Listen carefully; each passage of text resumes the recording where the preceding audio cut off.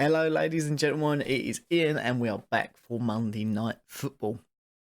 Although it's Friday, West Ham are taking on Aston Villa. It's at the London Stadium, and I'm very excited. For me, these are probably the two of the most informed teams in the Premier League this season. West Ham, we're on fire. We're not conceding goals like we was.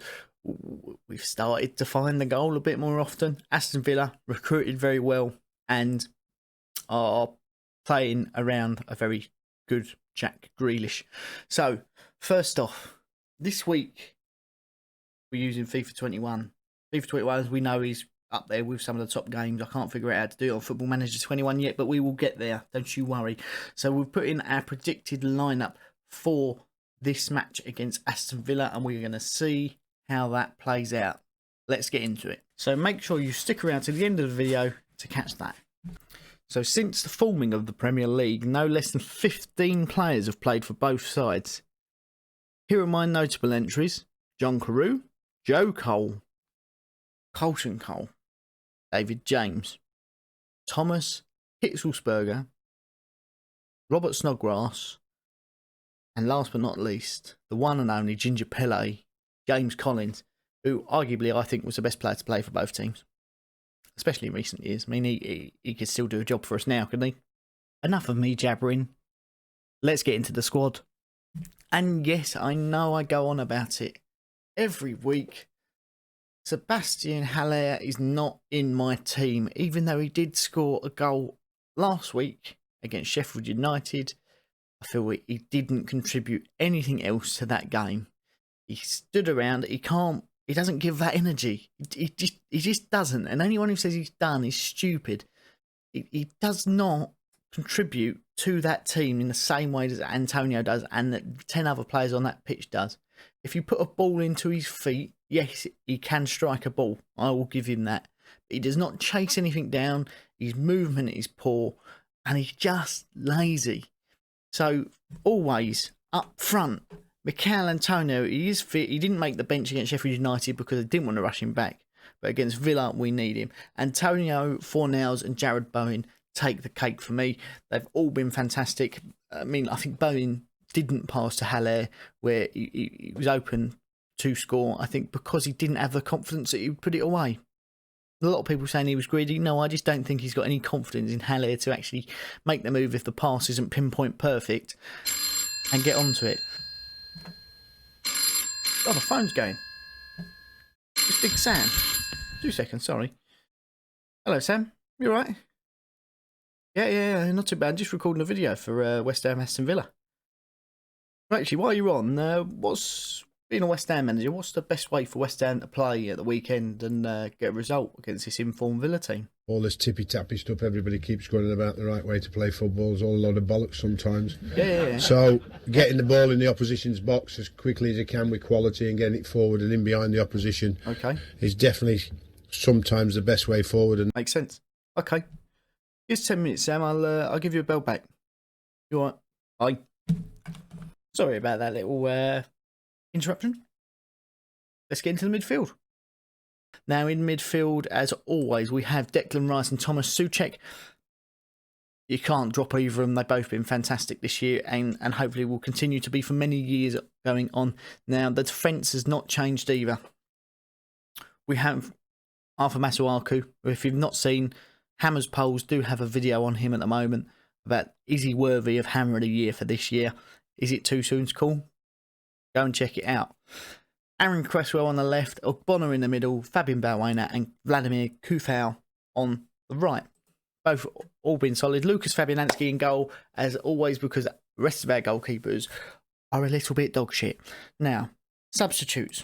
A lot of people say Ben Rama, a lot of people are saying he needs to start. And I know there are a number of Algerian fans who are not happy that he's not starting because you follow players rather than clubs and people who represent your nationality, which is fantastic.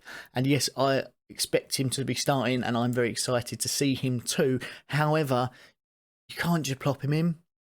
You've got to drop someone who's earned their place in the team. I think it'd be rather unfair considering the vein of form that we're in and how the team are working together. But he will make the bench, and I hope that he does come on a bit later in the game where legs are getting tired and shows us some of his skill and trickery and puts in a couple of goals. We've also got Yarmolenko and Lanzini. Like to see them coming off the bench as well. And then we've got our players who make up the squad, utility players. Mark Noble, who is club captain. He's not captain on the pitch at the moment because he's not getting on the pitch very often, but can always come on and make a difference and fire us up if we need it. Ryan Fredericks, although I don't think he's fantastic as a right wing back, gives him that licence to go forward a little bit more, which he never did. He was always caught out, but blistering pace as well. Robert Snodgrass can play pretty much anywhere. Set piece specialist, putting across. I love him. He's a beardy friend, which is good. And Issa Diop, who is a young defender who I hope gets back into the team soon. Obviously dropped out of the team through coronavirus, and Bowen has played quite well to keep that spot. Let me know what you think the team lineup should be, and we will see what this result is, shall we? Hopefully, Hammers come out on top, and we have another celebratory win, and we push up even further than the 8th we currently are in the table. Let's get into that FIFA result, shall we? Right, so we joined at this game at the London Stadium, where Aston Villa are taking on West Ham. West Ham with a kick-off, obviously, as a home side, and they do so in fine fashion. Now, our first highlight comes at the 8th minute, where Aston Villa are driving forward with a fantastic little through ball from John McGinn straight through to Ollie Watkins, who gets a bit of a muddle up with Jack Grealish. It gets called for offside, and Jack Grealish is not happy about it. We then skip forward to the 13th minute, where West Ham are on a drive. Lovely ball over to Masuaku, who controls it like it's nothing, puts in a cross, but it's too close to the keeper, and Aston Villa clear. We then skip forward to the 27th minute with Aston Villa on the attack again, pushing forward. A lovely strike from Ollie Watkins, but Fabianski is too good to be beaten like that. And then, as you can see, it's a good strike, but not good enough. And Fabianski was very, very happy that he was able to save it. Now, the resulting corner comes in eventually, and Trezeguet does that. I mean, what's he playing at? This is a team game, mate.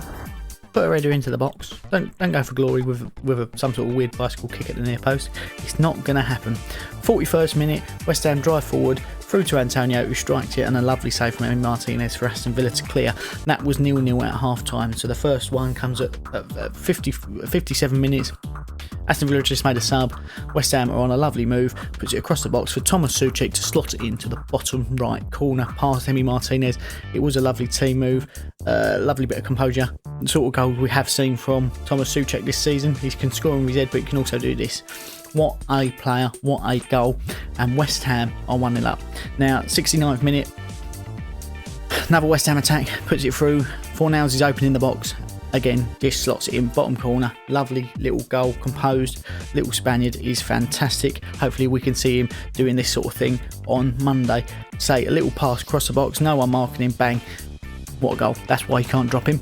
That is why you cannot drop him for, say, Benrahma, because he's able to do things like this. Now, we skip forward here to the 74th minute, I believe, where West Ham have another go through.